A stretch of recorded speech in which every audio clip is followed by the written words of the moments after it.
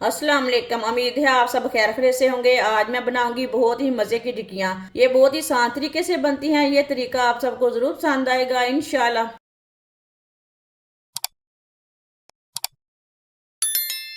4 मैंने आलू लिए ने। आलूओं को मैंने अच्छी तरह बॉईल कर लिया है। आलूओं को अच्छी तरह मैश कर लेंगे। आप आलूओं को कद्दूकश भी कर सकते हैं। इसी तरह चारों आलूओं को मैश कर लेना है। चारों आलूओं को मैंने मैश कर लिया है।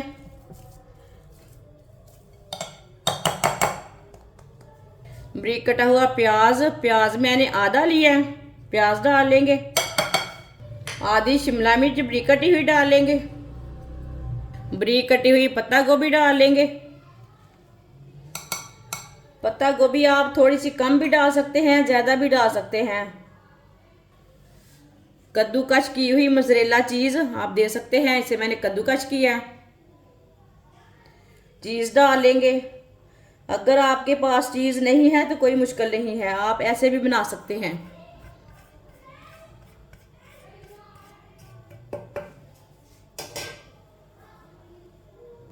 एक चमची नमक, नमक ज़रूरत के हिसाब से डाल सकते हैं, जितना आपको ज़रूरत है।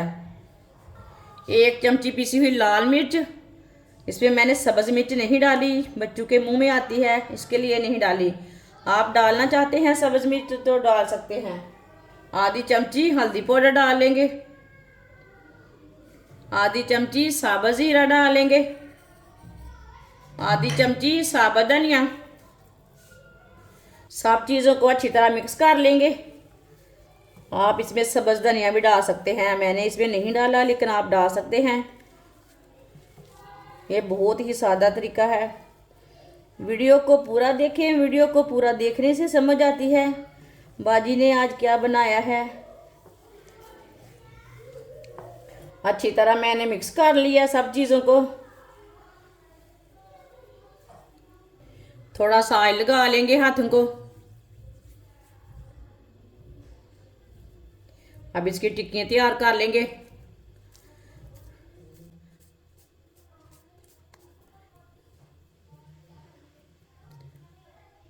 इसी तरह सबको तैयार कर लेना है।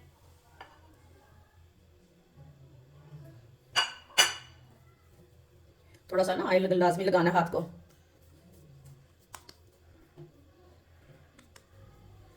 सबको इसी तरह तैयार करना है। सारी टिक्कियाँ मैंने तैयार कर ली हैं। एक प्याली बेसन, 2 चुटकी नमक, आधी चमची कुटी हुई लाल मिर्च, थोड़ा सा पानी डाल लेंगे। अच्छी तरह मिक्स कर लेंगे। अच्छी तरह मिक्स करना है, इसमें गुठली कोई नहीं रहनी चाहिए। पानी को एक साथ नहीं डालना, नहीं तो इसमें गुठली रह जाती है, जल्दी मिक्स नहीं होता बेसन। आप बेसन की जगह मैदा भी ले सकते हैं, गंदम का आटा भी ले सकते हैं। जो चीज़ आपके पास है वो ले सकते हैं।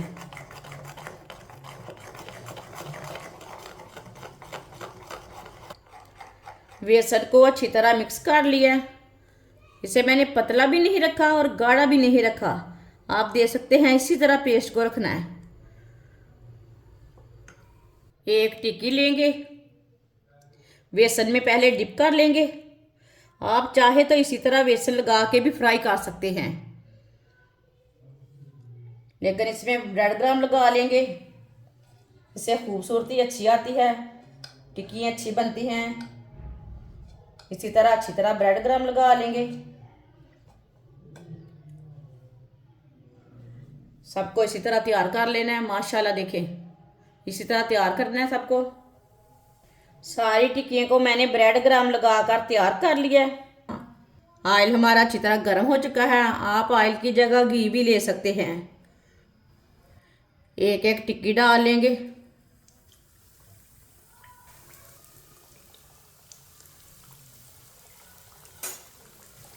चूल्हे की आंच को मैंने मीडियम रखा है, ज़्यादा नहीं रखा। थोड़ा थोड़ा ऑयल लेके ऊपर भी डाल लेंगे आप ऑयल ज़्यादा भी डाल सकते हैं, इससे कम भी डाल सकते हैं, कम ऑयल में भी बन जाती है। ये बहुत ही आसान तरीका है मज़ेदार टिक्कियाँ बनाने का। ये बच्चों और बड़ों को बहुत पसंद आएंगी। आप मेहमानों के लिए तैयार करें, रमज़ान में तैयार करें, बहुत ही मज़े की बनेंगी टिक्कियाँ। जिसने हमारे चैनल को सब्सक्राइब नहीं किया वो हमारे चैनल को लाजमी सब्सक्राइब कर लें। मैं बहुत सी कम चीज़ों से, कम मसालों से बहुत ही मज़े की रेसिपी बनाती हूँ।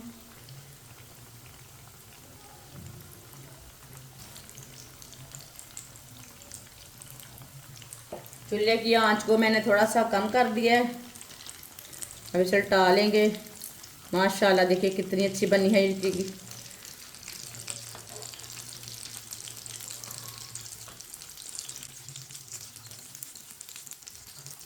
इसे टूटने बिल्कुल भी नहीं देना, आराम से उठाना है। ये वाली साइड से भी 2 मिनट के लिए पकने देते हैं। बाद में जिधर से कच्ची लगे उधर से उठा के पका सकते हैं। दोनों साइडों से हल्की हल्की ब्राउन करनी है, ज़्यादा ब्राउन नहीं करनी।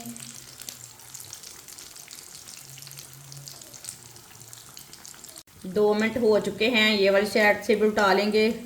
माशाल्लाह देखें ये वाली साइड से भी कितनी अच्छी बनी है।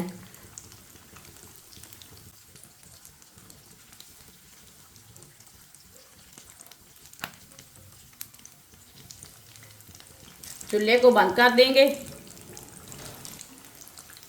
अब टिक्कियों को ना चम्मच के साथ बाहर निकालेंगे। माशाल्लाह ये देखिए कितनी अच्छी बनी है। इसे बाहर निकाल लेंगे।